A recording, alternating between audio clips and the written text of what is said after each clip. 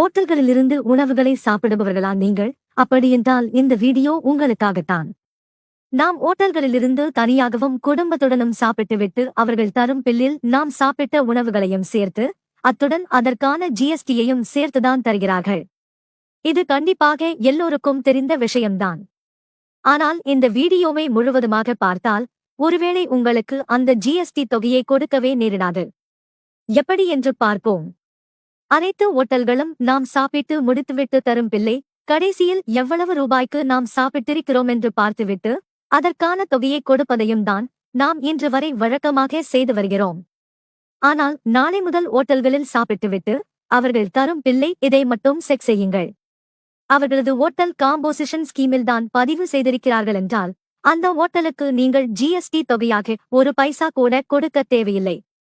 அதை எப்படி கண்டுபிடிக்கலாம் என்றால், உங்கள் மொபைலில் கூகுளில் சென்று ஜிஎஸ்டி ஒஃபிஷியல் வெப்சைட் என்று டைப் செய்யுங்கள்.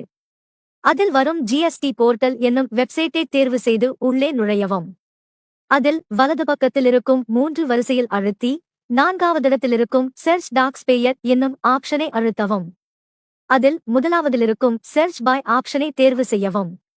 அதில் உங்களுக்கு தந்த பில்லில் ஓட்டலின் பெயரின் பக்கத்திலோ அல்லது கீழேயோ கொடுத்திருக்கும் 15 இலக்க ஜிஎஸ்டி எண் எழுத்தே அந்த சர்ச் டாக்ஸ் பேயர் பாக்ஸில் டைப் செய்து சர்ச்சை அழுத்தவும். அதில் அந்த ஓட்டலின் பெயர் முதற்கொண்டு ஜிஎஸ்டி பதிவு செய்த தேதியும் பார்க்க முடியும். அதில் நன்றாக கவனித்தால் டாக்ஸ் பேயர் டைப்பின் கீழே அந்த ஓட்டல் காம்போசிஷன் ஸ்கீமில் இருக்கிறதா அல்லது ரெகுலர் ஸ்கீமில் இருக்கிறதா என்று கண்டுபிடிக்க முடியும். அப்படி காம்போசிஷன் ஸ்கீமில் தான் அந்த ஓட்டல் இருக்கிறதென்றால் தயவு செய்து அந்த ஓட்டலுக்கு ஜிஎஸ்டி தொகையாக ஒரு பைசா கூட கொடுக்காதீர்கள். அவர்களுக்கு உங்களிடமிருந்து ஜிஎஸ்டி தொகையை வசூலிக்கும் தகுதியே இல்லை.